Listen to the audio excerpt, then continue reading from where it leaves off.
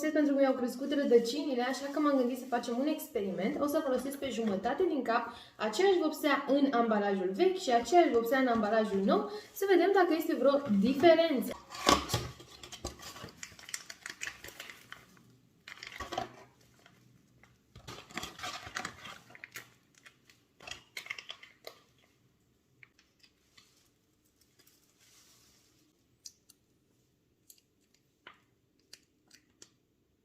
Și acum oxidantul. Amestecăm. Este gata și acum să trecem la cealaltă vopsea de aici.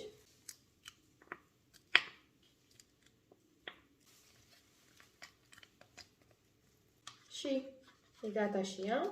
Gata. Și o să începem cu această parte, cu vopseaua în ambalaj vechi. Aici, în partea asta.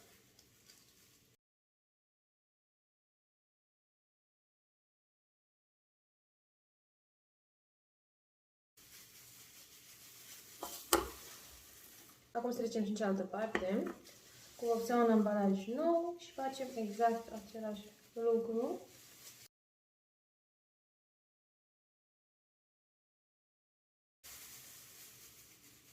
Și acum așteptăm și o să revin după ce mă spăl pe cap cu rezultatul. M-am spălat pe cap, așa arată părul. Din câte văd eu, nu este nicio diferență.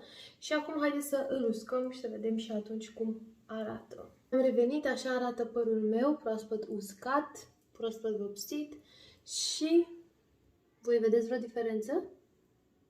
Mi se pare că e exact la fel.